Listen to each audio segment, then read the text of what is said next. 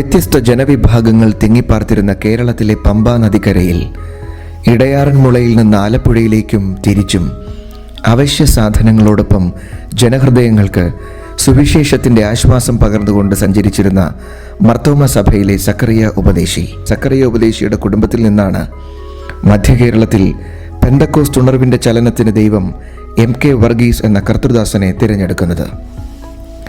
20-ാം നൂറ്റാണ്ടിന്റെ ആദ്യ പകുതി മുതൽ കേരളക്കരയുടെ ആത്മീക ഉണർവിനായി കുക്ക് സാഹിബിനോടൊപ്പം കൈകോർത്തു നിന്ന MK വർഗീസ് ഉപദേശിയുടെ പുത്രനാണ് താൻ പ്രിയം വച്ച കർത്തൃസന്നിധിയിൽ ചേർക്കപ്പെട്ട പാസ്റ്റർ NV സാമുവേൽ.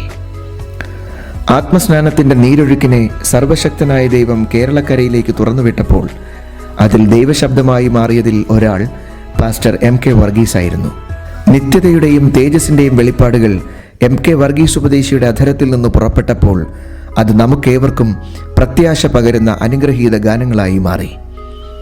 കുഞ്ഞാട്ടിൻ തിരുരക്തത്താൽ, കർത്താവ് തൻ ഗംഭീരനാദത്തോടും, ജയം ജയം ഹല്ലേലൂയ എന്നിവ ഇന്നും വിശ്വാസത്തെ ഉറപ്പിക്കുന്ന പ്രത്യാശാ ഗാനങ്ങളായി ലക്ഷക്കണക്കിന് വിശുദ്ധർ നെഞ്ചിലേറ്റുന്നു.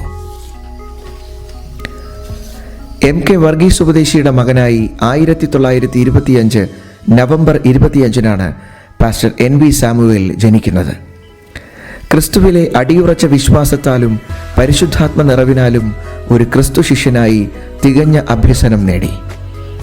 1951 ഫെബ്രുവരി 22-ന് അന്നമ്മ PM-നെ ജീവിത സഖിയാക്കുകയും ക്രൈസ്തവ സാക്ഷ്യത്തിന് മാതൃകയാകും വിധം കുടുംബജീവിതം കർത്താവിൻ്റെ കൃപയാൽ നയിക്കുകയും ചെയ്തു.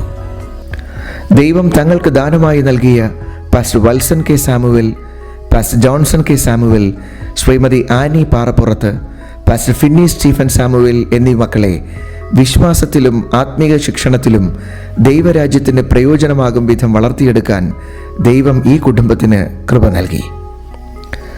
സക്കറിയ ഉപദേശിയുടെ 4-ാം തലമുറ വരെയും അത്യുന്നതനായ ദൈവവുമായുള്ള ആത്മബന്ധത്തിലും മാതൃകാപരമായ കുടുംബജീവിതത്തിലും കർത്താവിൻ്റെ ശ്രേഷ്ഠ വേലയിലും നാൾക്കുനാൾ വർദ്ധിച്ചു വരുന്നുവെന്നത് ദൂതന്മാരുടെയും സകല വിശുദ്ധരുടെയും ഇടയിൽ സാക്ഷ്യം പ്രാപിക്കപ്പെട്ട സംഗതിയാണ്. ജീവിത തിരക്കുകൾക്കിടയിൽ മാതാപിതാക്കളെ മറന്നോടുന്ന മക്കളും മരുമക്കളും ചെറുമക്കളും വർദ്ധിച്ചു വരുന്ന ഈ കാലഘട്ടത്തിൽ പാസ്റ്റർ NV സാമുവേൽ അപ്പച്ചനെയും അന്നമ്മ അമ്മച്ചിയെയും പരിചരിക്കുകയും നിർവ്യാജ സ്നേഹവും കരുതലും നൽകുകയും ചെയ്ത പാസ്റ്റർ ഫിന്നി സ്റ്റീഫൻ സാമുവേലും കുടുംബവും ദൈവജനത്തിനിടയിൽ ഒരു ഉത്തമ മാതൃക കാട്ടിത്തരുന്നു.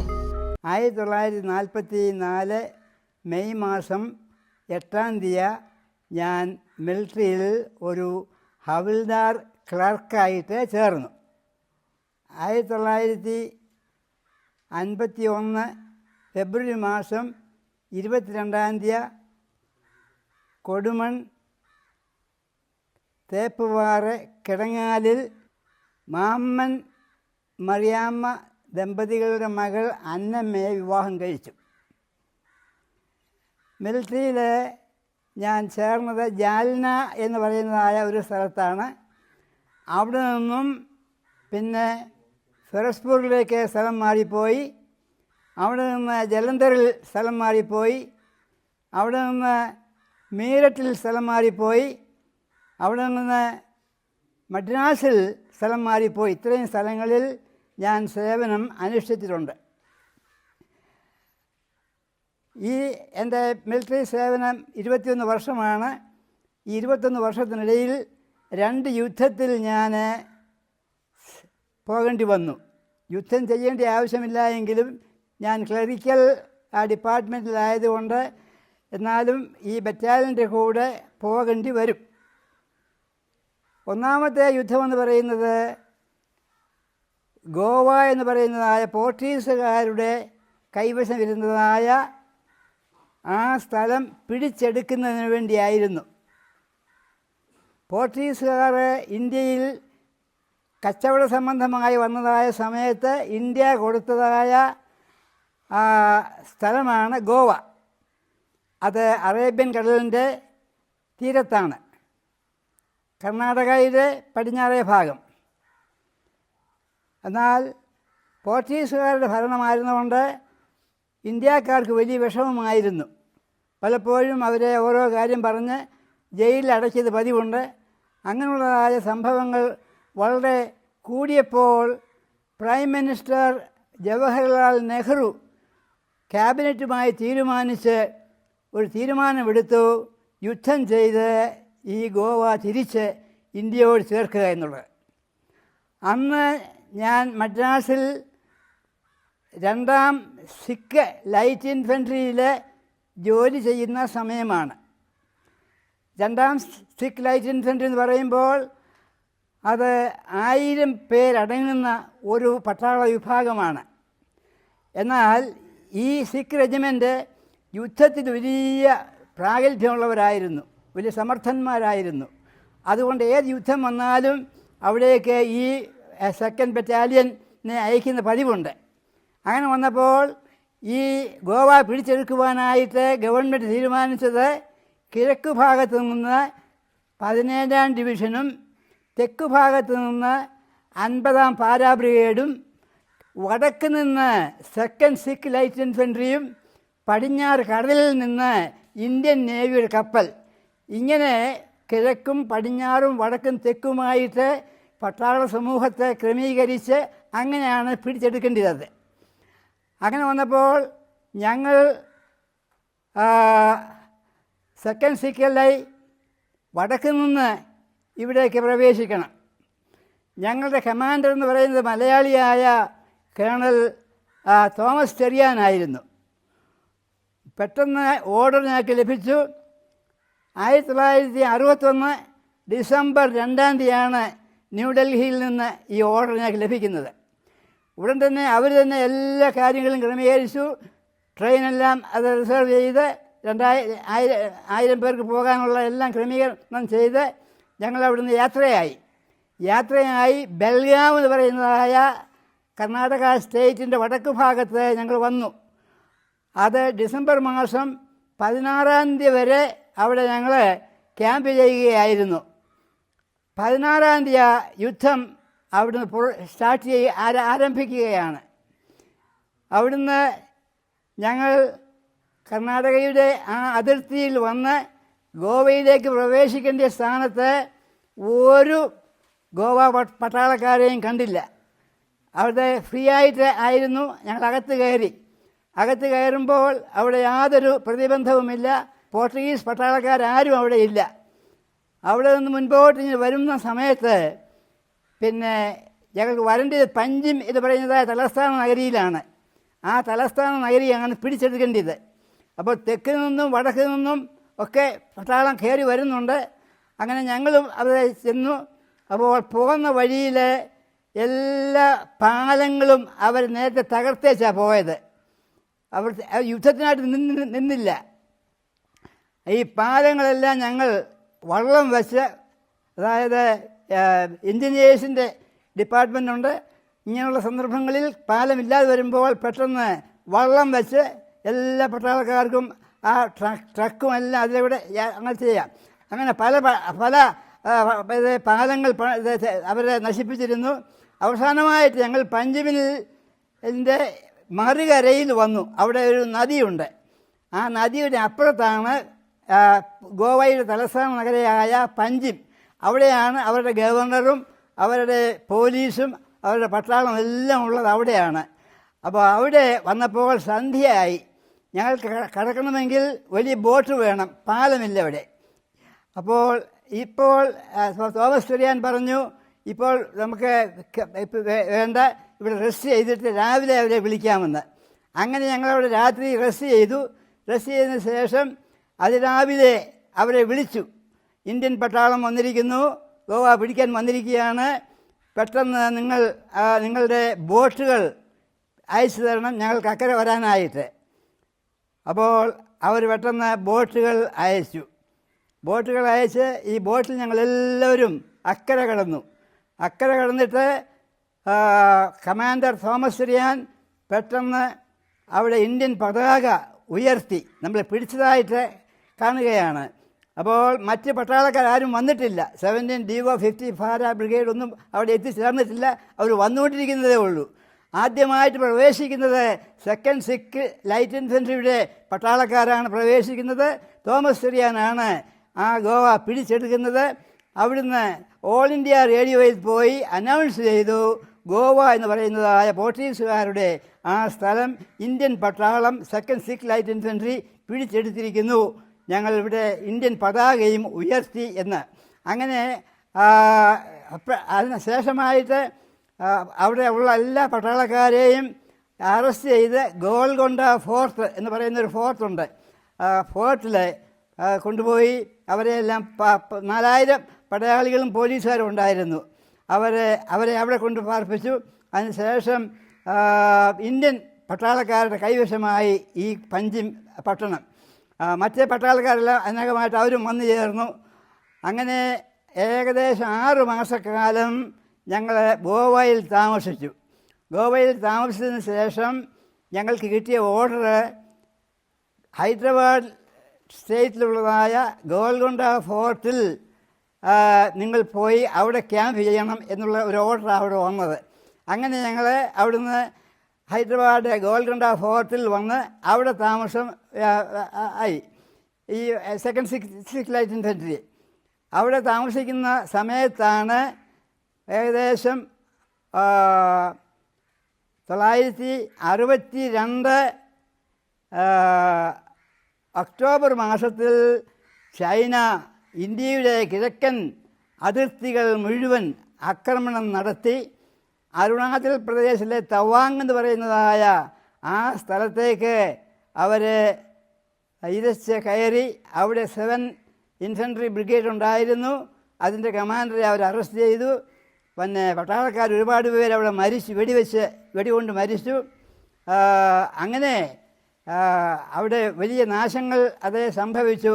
അപ്പോൾ ആ സ്ഥലത്തിനൊരു പ്രതിരോധ നിരയായിട്ടാണ് ഞങ്ങൾ ഹൈദരാബാദിൽ താമസിച്ചതായ ഞങ്ങൾക്ക് പെട്ടെന്ന് ഓർഡർ കിട്ടി, നിങ്ങൾ ആസാമിലേക്ക് ചൈന അതിർത്തിയിലേക്ക് പോകണം, അവിടെയുള്ള യുദ്ധത്തിൽ നിങ്ങൾ പ്രതിരോധം സൃഷ്ടിക്കണമെന്ന്. അങ്ങനെ ഞങ്ങൾ അവിടുന്ന് ആസാമിൽ വന്ന് മിസാമാരി എന്ന് പറയുന്നതായ ന്യൂ മിസാമാരിയിൽ ഞങ്ങൾ ക്യാമ്പ് അടിച്ചിട്ട് പട്ടാളക്കാർ മുഴുവൻ യുദ്ധത്തിനായിട്ട് ഈ ചൈന ബോർഡറിലേക്ക് കടന്നു പോവുകയാണ്. ഏകദേശം 200 മൈൽ അവർക്ക് യാത്ര ചെയ്യണം. വനത്തിൽ കൂടിയുള്ളതായ ചെറിയൊരു റോഡ് മാത്രമാണ്. അരുണാചൽ പ്രദേശിൽ കൂടിയാണ് ആ റോഡ്. അത് ചെന്ന് ചേരുന്നത് തവാങ് എന്ന് പറയുന്നതായ ആ പട്ടണത്തിലാണ്. അത് അതിർത്തി പട്ടണമാണ്. അതിനപ്പുറം ഒരു നദിയാണ്, നദിക്കപ്പുറം ചൈന രാജ്യമാണ്. അപ്പോൾ ഞങ്ങൾ ക്ലറിക്കൽ സെക്ഷനായിട്ട് ഉള്ളവർക്ക് യുദ്ധത്തിന് പോകണ്ടല്ലോ, അതുകൊണ്ട് ഞങ്ങൾ ഇവിടെ ക്യാമ്പ് ചെയ്യുകയായിരുന്നു. ന്യൂ മിസാമാരി ആസാമിൽ ക്യാമ്പ് ചെയ്യുകയാണ്. അവർ യുദ്ധത്തിനായിട്ട് കടന്നുപോയി. അങ്ങനെ ഇരിക്കുമ്പോൾ കുറച്ച് ദിവസം കഴിഞ്ഞപ്പോൾ ഒരു ടെലിഫോൺ കോൾ വന്നു. ഹവൽദാർ ക്ലർക്ക് NV സാമുവലിനെ പെട്ടെന്ന് ഈ ബോർഡറിലേക്ക് അയക്കണം, ഇവിടെ ഫീൽഡ് ക്യാഷ്യർ വരും, അദ്ദേഹത്തോട് പണം വാങ്ങി പെട്ടെന്ന് നമ്മൾ ഹൈദരാബാദിൽ നിന്ന് പോരുകയായിരുന്നു. അവിടെ താമസിക്കുന്നതായ ഫാമിലിക്കാർക്ക് പൈസ ഇല്ലാതെ വിഷമിക്കുന്നു. അതുകൊണ്ട് ഫീൽഡ് ക്യാഷ്യറോട് പണം വാങ്ങി NV സാമുവൽ ഹൈദരാബാദിൽ പോയി പണം കൊടുക്കുവാനായിട്ട് പെട്ടെന്നൊരു ജീപ്പ് എടുത്ത് അവരെ ഇങ്ങോട്ട് അയക്കണമെന്ന് അവിടുന്ന് കമാൻഡർ ഫോൺ ചെയ്തു. അങ്ങനെ ഞാൻ പെട്ടെന്ന് ഒരു ഒരു ജീപ്പ് എടുത്തു. ജീപ്പ് ഞങ്ങൾ അവിടേക്ക് യാത്രയായി. അവിടെ എത്തിച്ചേർന്നു. ഭയങ്കരമായ തണുപ്പാണ്.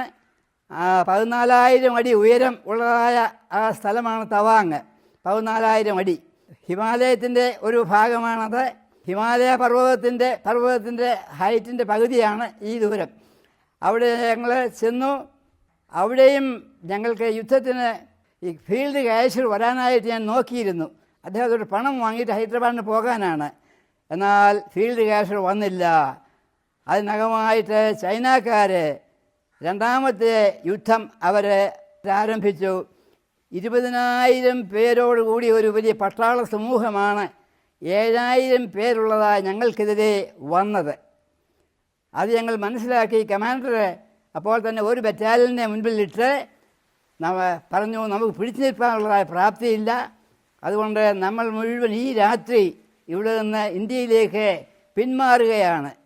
അങ്ങനെ പാതിരാ സമയത്ത് എല്ലാം ഉപേക്ഷിച്ച്, ബറ്റാലിയൻ്റെ സകല കാര്യങ്ങൾ ഉപേക്ഷിച്ച് കമാൻഡർ ഉൾപ്പെടെ കമാൻഡർ ഹുഷിയാർ സിംഗ് എന്ന അദ്ദേഹത്തിൻ്റെ പേര്, ബ്രിഗേഡിയറാണ്. അദ്ദേഹത്തോടുകൂടി ഞങ്ങൾ അവിടുന്ന് യാത്രയായി. അർദ്ധരാത്രിക്കാണ് അവിടുന്ന് യാത്ര പുറപ്പെടുന്നത്. നേരം വെളുത്ത് വന്നപ്പോൾ ഒരു സ്ഥലത്ത് നമ്പർ 1 ബ്രിഡ്ജ് എന്ന് പറയുന്നതായ ആ സ്ഥലത്ത് വന്നപ്പോൾ ഞങ്ങൾക്ക് മനസ്സിലായി മുൻപിൽ നിന്ന് വെടി ഭയങ്കരമായി എല്ലാ യുദ്ധസാമഗ്രികളും ഉപയോഗിച്ച് അവർ വെടിവെക്കുന്നു. അപ്പോഴാണ് മനസ്സിലായത് ഇത് ചൈനക്കാരുടെ ഒരു സൂത്രമായിരുന്നു. അവർ ഈ റോഡ് കട്ട് ചെയ്തിട്ട് ഞങ്ങളെ വിടാതിരിക്കാനും ഞങ്ങളെ മുഴുവൻ കൊല്ലാനുമായിട്ട് ഉള്ളൊരു പരിപാടി ആയിരുന്നുവെന്ന് പെട്ടെന്ന് മനസ്സിലായി. കമാൻഡർ എന്ത് ചെയ്യാനാണ്? പട്ടാളക്കാരെല്ലാവരും ഉണ്ട്, ഉദ്യോഗസ്ഥന്മാരുണ്ട്, ഞങ്ങളുണ്ട്, ഒരു നിവൃത്തിയുമില്ല. അപ്പോൾ തുരുതുരാ വെടി വരുന്നതായ സമയത്ത് ഞാൻ നിൽക്കുകയായിരുന്നു. പെട്ടെന്ന് ഞാൻ ഇരുന്നു. വെടി വരുമ്പോൾ നമ്മൾ ഇരിക്കുകയോ കിടക്കുകയോ വേണം. അങ്ങനെ അവിടെ താഴെ റോഡിൻ്റെ സൈഡിൽ ഇരിക്കുന്ന സമയത്ത് 3 വെടിയുണ്ടകൾ നേരെ എൻ്റെ തലയുടെ മുകളിൽ കൂടി തലമുടിയെ തട്ടിയാണ് അത് പോയത് തന്നെ. അല്പം കൂടെ താഴെയായി പോയെങ്കിൽ എൻ്റെ നെറ്റിക്കായിരുന്നു കൊണ്ടുതന്നെയും അവിടെ എൻ്റെ മരണമായിരുന്നു. അങ്ങനെ 3 വെടിയുണ്ടകൾ അങ്ങനെ വന്നതായ സമയത്ത് പെട്ടെന്ന് റൈറ്റ് സൈഡിൽ തലേ ദിവസം വന്നതായ ട്രക്കുകളെല്ലാം കിടപ്പുണ്ട്. അപ്പോൾ ഞാൻ ആ റോഡ് നീന്തി, റോഡിൽ കൂടെ പാനൊക്കുകയില്ല, നിന്ന് പാനൊക്കുകയില്ല, ഇരുന്ന് പാനൊക്കുകയില്ല, ആ റോഡ് നീന്തി ഒരു ട്രക്കിൻ്റെ കീഴിൽ പോയി ഞാൻ കയറിയിരുന്നു. അവിടെ ഇരുന്ന് എല്ലാം വാച്ച് ചെയ്യുകയാണ്. അപ്പോൾ പട്ടാളക്കാരെല്ലാം പുറകോട്ട് ഓടുകയാണ് രക്ഷയ്ക്ക് വേണ്ടി. പെട്ടെന്ന് ഞാൻ നോക്കുമ്പോൾ ഞങ്ങളുടെ ഒരു ഓഫീസർ, സ്റ്റോർ ഓഫീസറാണ്, അയാൾ വെടികൊണ്ട് താഴെ വീഴുന്നു. അങ്ങനെ ഒരുപാട് പേര് അവിടെ താഴെ വീണ് മരിക്കുകയാണ്. ഞാൻ ഈ ട്രക്കിൻ്റെ കീഴിലിരുന്നതെല്ലാം കാണുകയാണ്. വെടിയുണ്ട എല്ലാം ഇങ്ങനെ നേർക്ക് വരുന്നുണ്ടെങ്കിൽ ഒന്നും എൻ്റെ ദേഹത്ത് തട്ടുന്നില്ല. അങ്ങനെ അവിടെ 4 മണിയാകുമ്പോൾ അവിടെ സന്ധ്യയാകും. 4 മണിയായപ്പോഴേക്ക് വെടിനിർത്തൽ നിർത്തി. ചൈനക്കാരെ നിർത്തിയിട്ട് അവർ മറ്റു കാര്യങ്ങൾക്ക് വേണ്ടി കുളിക്കാനുമൊക്കെ അവരങ്ങ് പോയി. അപ്പോൾ ഈ സമയത്ത് 4 മണിയാകുമ്പോൾ അവിടെ ഇരുട്ടാണ്. ഞാനും ഈ ട്രക്കിൻ്റെ കീഴിൽ നിന്ന് ഇറങ്ങിയപ്പോൾ 50 പേരോളം അവിടെ അന്നേരത്ത് കൂടി. ഈ 50 പേരും പറയുകയാണ് എൻ്റെ കയ്കളിൽ വെടിയുണ്ട, എൻ്റെ കാലുകളിൽ വെടിയുണ്ട. അപ്പോൾ അവിടെ വന്നവർക്കെല്ലാം വെടിയേറ്റ സ്ഥിതിയാണ്. അപ്പോൾ അവിടുന്ന് ഒരു 100 കിലോമീറ്റർ അകലെ ഒരു മിലിറ്ററി ഹോസ്പിറ്റലുണ്ട്, അത് ഞങ്ങൾക്കറിയാം. അപ്പോൾ അവരെല്ലാം പറയുന്നു നമുക്ക് പെട്ടെന്ന് മിലിറ്ററി ഹോസ്പിറ്റലിൽ പോകണം, ഇതെല്ലാം ഓപ്പറേറ്റ് ചെയ്തെടുക്കാനായിട്ട്. അപ്പോൾ ഇത്രയും പേർക്ക് വെടിയുണ്ട ഏറ്റ് ആ സ്ഥിതിക്ക് എൻ്റെ ദൈവം എന്നെ എത്ര അത്ഭുതകരമായി സൂക്ഷിച്ചു. ഒരു പോറൽ പോലും ഏൽക്കാതെ രാവിലെ 9 മണി മുതൽ ആ 4 മണി വരെയും ഈ ട്രക്കിൻ്റെ കീഴിൽ ഇതെല്ലാം കാണുകയായിരുന്നു. ഒരു പോറലും ഏൽക്കാതെ ആ ദൈവം എന്നെ രക്ഷിച്ചു. ദൈവത്തിന് സ്തോത്രം. ഞങ്ങൾ അവിടുന്ന് യാത്രയായി. പിന്നെ അവർ വെടിവെപ്പില്ല, അവരവരുടെ ക്യാമ്പിലേക്ക് അങ്ങ് പോയി. നല്ല ചന്ദ്രപ്രകാശമുള്ള ഒരു രാത്രി യാത്ര ചെയ്ത് ഏകദേശം 1 മണി സമയമായപ്പോൾ ഒരു പാലത്തിൻ്റെ അടുക്കൽ വരുമ്പോൾ പെട്ടെന്ന് ഞങ്ങൾ ചൈനക്കാരെ കാണുകയാണ്. അവന്മാരുടെ തോക്കുമായിട്ട് നിൽക്കുന്ന കാഴ്ച കാണുകയാണ്. ഞങ്ങളെ അവർ കാണുന്നില്ല. അപ്പോൾ പെട്ടെന്ന് അവരെല്ലാം പറഞ്ഞു. അപ്പോൾ ഒരുപാട് പേര് അവിടെ കിടപ്പുണ്ട്, മരിച്ചവരും കിടപ്പുണ്ട്, മരിക്കാത്തവരും കിടപ്പുണ്ട്. ദോസ്ത് പാനി വെള്ളമെന്ന് ചിലർ ചോദിക്കുന്നുണ്ട്. ഞങ്ങളോട് ചോദിക്കുകയാണ്. ഞങ്ങൾ വന്നപ്പോൾ അവർക്ക് വെള്ളം വേണം. ദോസ്ത് പാനി എന്ന് ചോദിക്കുന്നുണ്ട്. അപ്പോൾ ഈ മരിച്ച് കിടക്കുന്ന കുറേയേറെ പേരുണ്ട്. അവർ നേരത്തെ വെടിവെച്ചതാണ്. അവർ കിടക്കുകയാണ്, ചിലർ ചത്തിട്ടുമില്ല. അപ്പോൾ രക്ഷപ്പെടാനായിട്ട് ഇതിൻ്റെ ഇടയിൽ ഞാനും കയറിക്കിടന്നു. കൂടെ വന്നവരൊക്കെ അവിടെയായിട്ട് അവർ കിടക്കുകയാണ്. അങ്ങനെ അവിടെ കിടന്നു. അപ്പോൾ ചിലരെല്ലാം മരിച്ച് കിടക്കുകയാണ്, ചിലർക്കെല്ലാം ചെറിയ ചെറിയ അനക്കമുണ്ട്. അവിടെ അങ്ങനെ കിടന്ന് ഏകദേശം രാവിലെ 4 മണി വരെ അവിടെ കിടക്കേണ്ടി വന്നു. അപ്പോഴത്തേക്ക് പിന്നെ ശബ്ദമൊന്നുമില്ല. പിന്നെ അവർ കയറിപ്പോയതാ. അപ്പോൾ ഞാൻ എഴുന്നേറ്റപ്പോൾ ഞാൻ മാത്രമേ ഉള്ളൂ. കിഴക്കുന്ന് ഏതോ ഒരു സത്വം വരുന്നുണ്ട്. ഇനി അവരാണോ എന്നെനിക്കറിയാൻ വയ്യ. പെട്ടെന്ന് ഞാൻ അവിടെ വെയിറ്റ് ചെയ്തപ്പോൾ നമ്മുടെ ഒരു പട്ടാളക്കാരൻ തന്നെയാണ്. പിന്നെ ഞങ്ങൾ 2 പേർ ഒന്നിച്ച് അവിടെ നിന്ന് മുൻപോട്ട് വന്നപ്പോൾ ഒരു ക്യാമ്പ് ഞങ്ങളുടെ ഇന്ത്യൻ ക്യാമ്പിൽ തന്നെ വന്നു. ഉടനെ അവർ പറഞ്ഞു, പിന്നെ ആസാം വരെയുള്ള മുഴുവൻ ഇന്ത്യൻ കിഴക്കൻ സംസ്ഥാനങ്ങൾ ചൈനക്കാർ പിടിച്ചു കഴിഞ്ഞു. നിങ്ങൾ പോകുന്ന ഈ റോഡുണ്ടല്ലോ, ഇത് മുഴുവൻ അവരുടെ കൈവശമായി തീർന്നു. നിങ്ങൾക്കില്ല യാത്ര ചെയ്യാനായിട്ട് സാധ്യമല്ല. അതുകൊണ്ട് ഒരു കാര്യം ചെയ്യണം. ഇവിടെ നിന്ന് ഭൂട്ടാൻ എന്ന് പറയുന്ന ഒരു രാജ്യമുണ്ട്, ഭൂട്ടാൻ വടക്ക. അവിടെ പോയിട്ട് അവിടെ നിന്ന് നിങ്ങൾക്ക് വിമാനം കിട്ടും ഇന്ത്യയിലേക്ക് പോകാനായിട്ട്. ഇനി നിങ്ങൾക്ക് കൽക്കട്ടയിലെ പാനൊക്കെ ഉള്ളൂ, കാരണം അതിനിപ്പോഴും മുഴുവൻ അവർ പിടിച്ചു കഴിഞ്ഞു, നിങ്ങൾക്കെല്ലാം പാനൊക്കെ ഇല്ല. അങ്ങനെ അവിടെ നിന്ന് ഞങ്ങൾ തന്നെ അവിടുന്ന് വനത്തിൽ കൂടെ പോകണ്ടേ, ഭൂട്ടാനിൽ പോകണമെങ്കിൽ വനത്തിൽ കൂടെ പോകണം.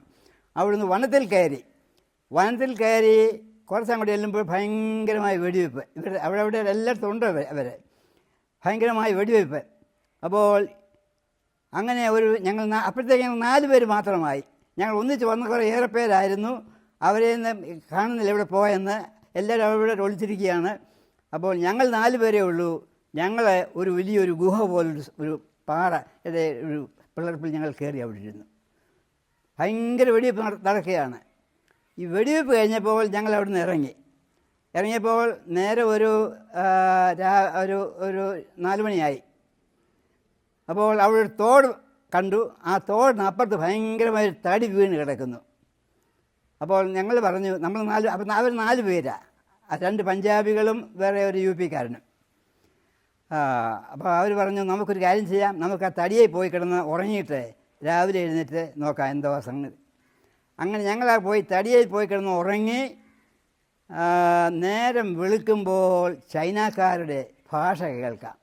അല്പം മുകളിലായിട്ട് ഈ തോടിൻ്റെ ഭാഗത്ത് അവരെ വന്ന് മുഖം കഴുകുകയും വർത്തമാനം പറയുകയുമാണ് അവർ തമ്മിൽ. അപ്പോൾ ചൈനക്കാരടുത്ത് തന്നെ കണ്ടാൽ അവർ പിടിച്ചെടുത്താൽ അവർ ചൈനയിൽ കൊണ്ടുപോകും. ഇപ്പോൾ തവാങ്ങിൽ പിടിച്ചതായ ബ്രിഗേഡിയറെയും ഒത്തിരി പേരെ കൊന്നു. മറ്റവരെ മുഴുവൻ ചൈനയിൽ കൊണ്ടുപോവുകയായിരുന്നു. ചൈനയിൽ കൊണ്ടുപോയിട്ട് അവരെന്താ ചെയ്യുന്നത്, അവർ കമ്മ്യൂണിസം അത് പഠിപ്പിച്ച് ഇവരുടെ ബ്രെയിൻ വാഷ് ചെയ്യും. അപ്പോൾ ഞങ്ങളും പറഞ്ഞു, നമ്മളെ പിടിച്ചു പോയെങ്കിൽ രക്ഷയില്ല, അതുകൊണ്ട് നമുക്ക് കാട്ടിലോട്ട് കയറാം. അങ്ങനെ ഞങ്ങൾ വനത്തിലോട്ട് കയറി. അത് 1962 നവംബർ മാസം ഒരു 20-ആം തീയതി മറ്റാണെന്ന് തോന്നുന്നു. 2062 നവംബർ മാസം. അവിടുന്ന് ഞങ്ങൾ വനത്തിൽ കൂടി പോയി. ആഹാരം ഒന്നുമില്ല, ആരെയും കാണാനില്ല. പിന്നെ വൈൽഡ് ആപ്പിൾ, കാട്ട് ആപ്പിൾ ഉണ്ട്. അത് പറിച്ച് തിന്നുമായിരുന്നു വിശപ്പിന് വേണ്ടി. കുപ്പി ഓരോരുത്തരുടെയും കയ്യിലുണ്ട്. ആ കുപ്പിയിൽ വെള്ളം നിറയ്ക്കും. ഭയങ്കരമായ സ്നോയാണ്. മഞ്ഞ് നവംബർ ഡിസംബർ മാസം എന്ന് പറയുമ്പോൾ ഭയങ്കരമായിട്ടുള്ളതായ തണുപ്പിൻ്റെ സമയമാണ്. അരുണാചൽ പ്രദേശാണിത്. എങ്ങോട്ട് പോകണമെന്ന് യാതൊരു നിവൃത്തിയുമില്ല. ഞങ്ങളുടെ കൈവശം വടക്ക് നോക്കി യന്ത്രമില്ല. എല്ലാ പട്ടാളക്കാരുടെയും കയ്യിൽ വടക്ക് നോക്കി യന്ത്രം കാണും. അപ്പോൾ വടക്കേതാ കിഴക്കേതാ തെക്കേതാ എന്ന് മനസ്സിലാക്കാൻ കഴിയും. തെക്കോട്ട് ഞങ്ങൾക്ക് പോകേണ്ടത്, എങ്ങോട്ട് പോകാൻ അറിയാൻ വയ്യ. അങ്ങനെ 16 ദിവസം ഈ വനത്തിനകത്ത് കറങ്ങി നടന്നു.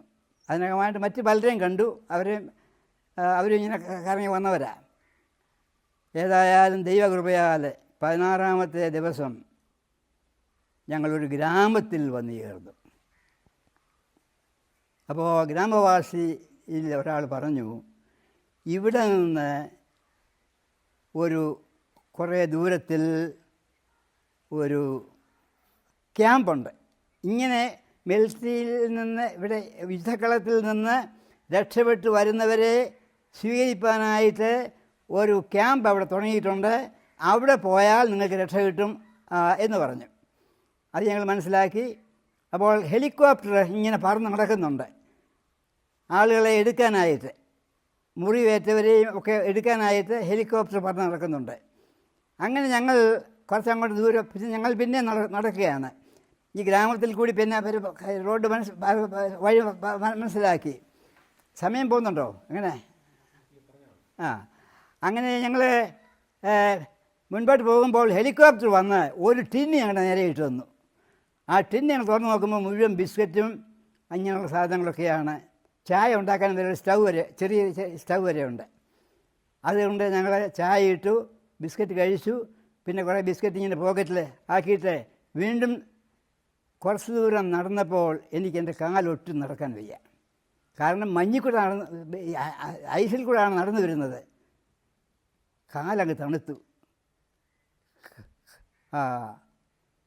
ഷൂ ഐസിൻ്റെ ഷൂ ഞങ്ങളുടെ കൈവശമില്ലായിരുന്നു. ക്യാൻവാസ് ഷൂ ആയിരുന്നു. ഒട്ടും നടക്കാൻ വയ്യ. അപ്പോൾ ഒരു നദിയുടെ നദിയല്ല, തോട് പോലാണ്, നദിയായിരിക്കാം അത്. അവിടെ അങ്ങനെ ചെന്നപ്പോൾ അവരോട് ഞാൻ പറഞ്ഞു, എനിക്കിനിയും കൂട്ടുകാരെ ഒട്ടും നടക്കാൻ എനിക്ക് വയ്യ, ഞാൻ ഈ കല്ലെ കയറി ഇവിടെ ഇരുന്നോളാം, ദൈവം എന്നെ രക്ഷിക്കും, നിങ്ങൾ പോയിക്കൂ. അവരാരോഗ്യം ഉള്ളവരായിരുന്നു. അവർക്കൊട്ടും മനസ്സില്ല പോകാൻ. ഏതായാലും പിന്നെ അവർ അങ്ങ് യാത്രയായി. ഞാൻ ആ കല്ലിലിരിക്കുകയാണ്. ഒരു 9 മണി സമയമായി, പ്രാർത്ഥിച്ചുകൊണ്ടിരിക്കുക. അപ്പോൾ 2 പേര് നല്ല ആചാനബാഹു തടിയന്മാർ ഓടി വരുന്നു. ഓടി വന്ന് ഹിന്ദിയിൽ എന്നോട് ചോദിച്ചു, ബാബുജി ആപ്കെ ലിയെ ഹം ക്യാ കരേ, ഞാൻ നിങ്ങൾക്ക് വേണ്ടി എന്ത് ചെയ്യണമെന്ന് ഹിന്ദിയിൽ ചോദിക്കുക. അപ്പോൾ ഞാൻ പറഞ്ഞു, ഇതർ ദൂർ ഏക്ക് മിലിറ്ററി ക്യാമ്പ് ഹേ, ഉസ് ക്യാമ്പിൽ ഹം ജാന ചാത്ത ഹേ. ഓക്കെ. അവർ ഉടനെ തന്നെ അവർ വലിയ ബെഡ്ഷീറ്റ് കൊണ്ടുവന്നിരുന്നു. ഉടനെ ആ ബെഡ്ഷീറ്റ് അതിങ്ങനെ ചുരുട്ടി അവരുടെ കഴുത്തിൽ പുറകിലോട്ട് ഒരു തലയണ പോലെ, മെത്ത പോലെ ഇങ്ങനെ അത് അഡ്ജസ്റ്റ് ചെയ്ത് ആ ഒരാൾ കഴുത്ത കെട്ടിയിട്ട് എന്നെ എടുത്ത് ഇതിനകത്തിട്ടു. ഇട്ടിട്ട് ഇവർ 2 പേരുമുണ്ട്. ഇവർ നടക്കുകയാണ്. 9 മണിക്ക് ഏകദേശം 9-10 മണിയായി. സന്ധ്യ വരെ നടക്കേണ്ടി വരും. അത്രയും ദൂരമായിരുന്നത്. അവർക്ക് ആ ക്യാമ്പ് അറിയാമായിരുന്നു. അപ്പോൾ ഞാൻ സുഖമായിട്ട് ഇവിടെ ഇതിനകത്ത് കിടക്കുക ഉറങ്ങുകയൊക്കെയാണ്. സന്ധ്യയായപ്പോൾ എന്നെ അവിടെ കൊണ്ടുവന്നു. അവരവിടെ ഇറക്കി വെച്ച് പിന്നെ അവരെ കണ്ടേയില്ല. എൻ്റെ കയ്യിൽ 35 രൂപ ഉണ്ടായിരുന്നു. ആ 35 രൂപ എടുത്ത് ഞാൻ അവർക്ക് കൊടുത്തു. പിന്നെ അവരെ കണ്ടില്ല. അവരാരാ, ദൂതന്മാരാണോ അതോ വല്ല ആസാമികളാണോ, ഒന്നും ഒരു പിടിയുമില്ല. പെട്ടെന്ന് ഡോക്ടർ ഓടി വന്നു. എൻ്റെ കാലൊക്കെ ചെക്ക് ചെയ്തു. പറഞ്ഞു, നിനക്ക് കുഴപ്പമൊന്നുമില്ല, എന്നാൽ കാലിന് തളർച്ചയാണ്, ഇവിടെ ആശുപത്രിയുണ്ട്, ആശുപത്രിയിൽ പോയി പിന്നെ ചികിത്സ എടുക്കണം, എങ്കിൽ മാത്രമേ കാൽ ശരിയാകുകയുള്ളൂ എന്ന് പറഞ്ഞു. അങ്ങനെ പിറ്റേ ദിവസം രാവിലെ വരെ ഞാൻ അവിടെ കിടന്നിക്ക് ആഹാരം തന്നു, കാലിന് വേണ്ട മരുന്നൊക്കെ പുരട്ടി. പിറ്റേ ദിവസം രാവിലെ ആംബുലൻസ് വന്നു. ആംബുലൻസ് വന്നിട്ട് ഞാൻ പെട്ടെന്ന് ആശുപത്രിയിലേക്ക് പോവുകയാണ്. എന്നെ ആശുപത്രിയിൽ കൊണ്ടെത്തിച്ചു. അവിടെ ബെഡിൽ കിടത്തി.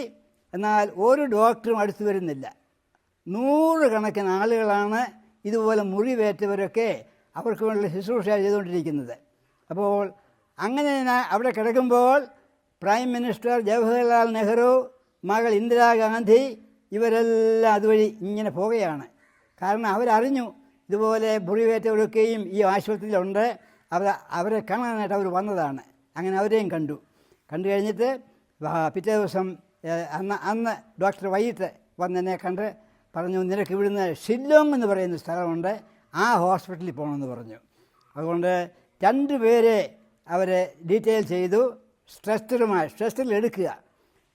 പെട്ടെന്ന് ട്രെയിൻ അവരെ ഇത് ചെയ്തു, റിസർവ്, ഫസ്റ്റ് ക്ലാസ് റിസർവ് ചെയ്തു. അവിടുന്ന് പിറ്റേ ദിവസം രാവിലെ എന്നെ 2 സ്ട്രെച്ചറിലെടുത്ത് കൊണ്ടുപോയി ട്രെയിൻ കയറ്റി അവിടുന്ന് ഗോഹട്ടി എന്ന് പറഞ്ഞ സ്ഥലത്ത് ചെന്നു. ആ ഗോഹട്ടിക്ക് അപ്പുറമാണ് ഷില്ലോങ്. അത് നദി ക്രോസ് ചെയ്യണം. വലിയ ബോട്ടുണ്ടായിരുന്നു. ബോട്ട് വന്നു, ബോട്ടിൽ കയറി ഷില്ലോങ്ങിൽ പോയി.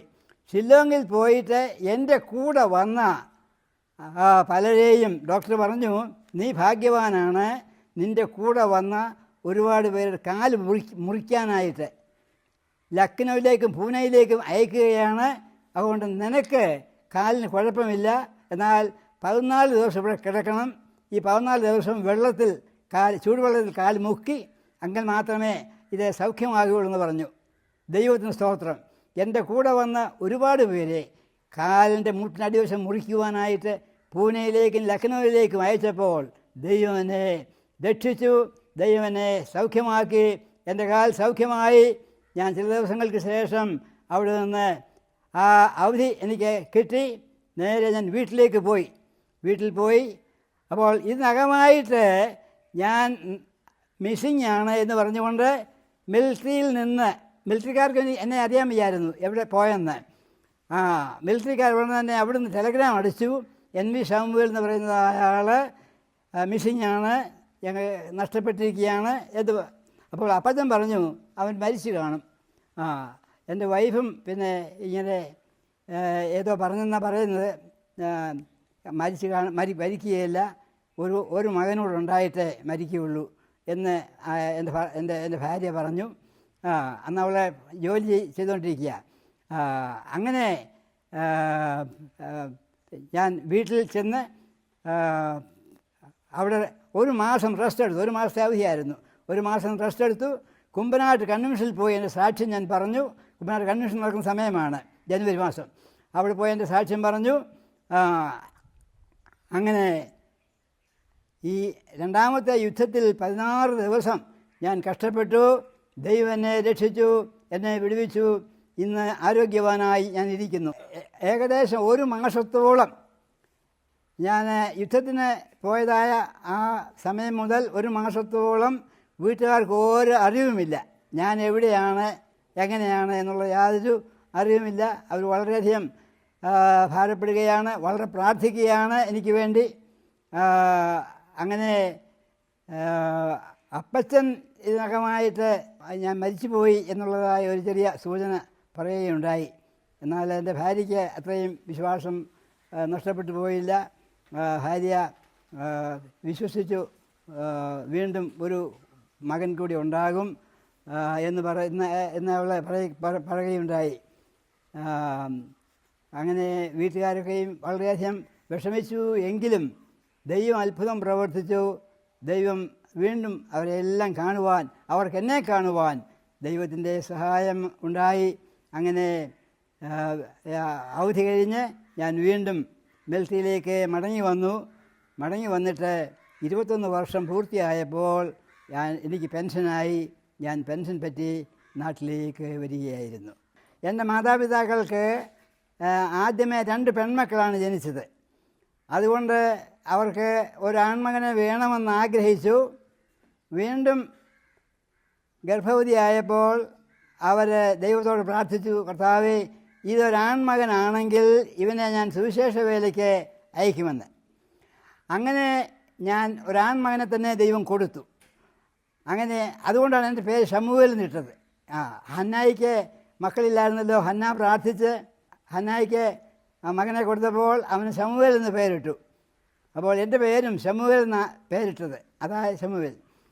അങ്ങനെ ഞാൻ വളർന്നു വന്ന് വിദ്യാഭ്യാസാനന്തരം അപ്പച്ചൻ സുവിശേഷ വേലയിലേക്ക് പ്രവേശിച്ചു. അപ്പോൾ സുവിശേഷ വേലയ്ക്ക് അന്ന് വരുമാനം ഒന്നുമില്ല. ഞങ്ങൾ 6-7 മക്കൾ.